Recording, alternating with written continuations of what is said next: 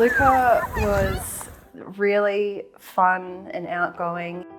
He was super social. He was always happy when there were people at our house. We had a soccer net out the back, so he would always be kicking the soccer ball.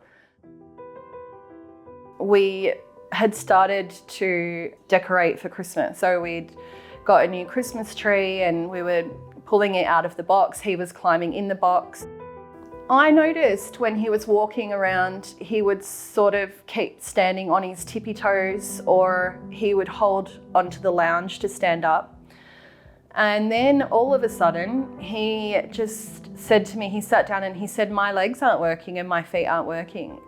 So we took him into Wollongong Hospital and we waited and they did tests and they said, "Oh, Luca needs to go to Sydney Hospital now."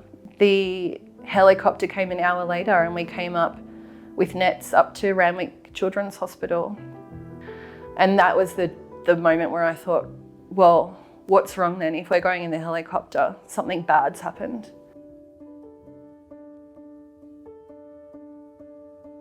Baby, you're so beautiful. No, smart. As a result of the stroke, Luca developed a condition called dystonia, which is this really intense cramping and spasmodic sort of movements of the muscles, and you can't do anything for it. There's nothing that they would usually treat it with that was working.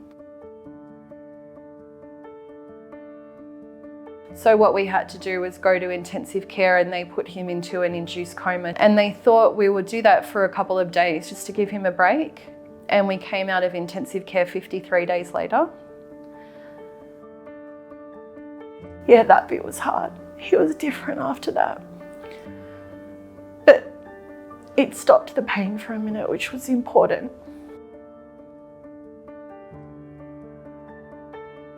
I was hopeful for a really long time, and I searched for optimism from any doctor that would come in. I just needed a little bit of hope from them, and I held on to that.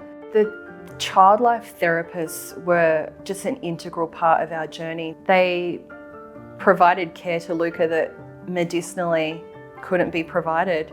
Massage therapy, music therapy, that's what brought a smile to his face, which is all that mattered in the end.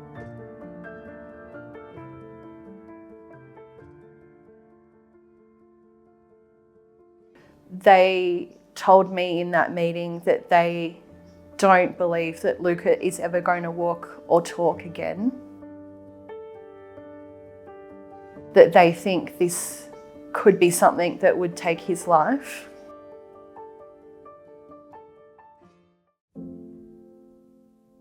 The last few days, we played nice music and people, they were very accommodating, even in COVID, where everybody could come and see Luca and say goodbye. And we played his movies and his favourite songs.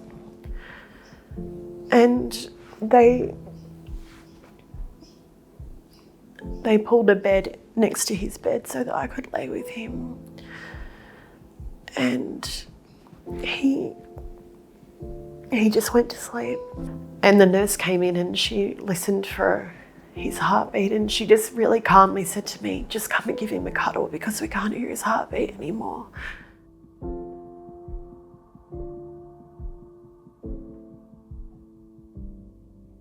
Without that Bear Cottage experience, my journey, that very last bit of my journey, would be very, very different, and that would have had a very profound effect on how I coped with the situation. So the fact that donors have contributed to making that available, that means the world to me.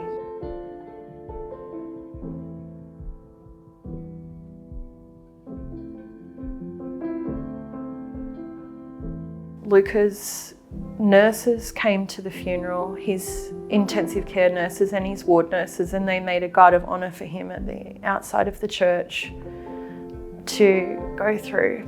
And they all wore their Paw Patrol scrubs for him, which was really nice.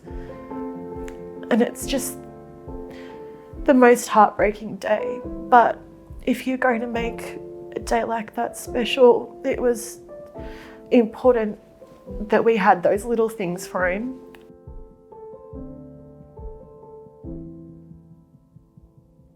You never think this is going to happen to your family, but it just reinforces the importance of getting involved with, you know, fundraising or raising awareness, and one day, what if it is you?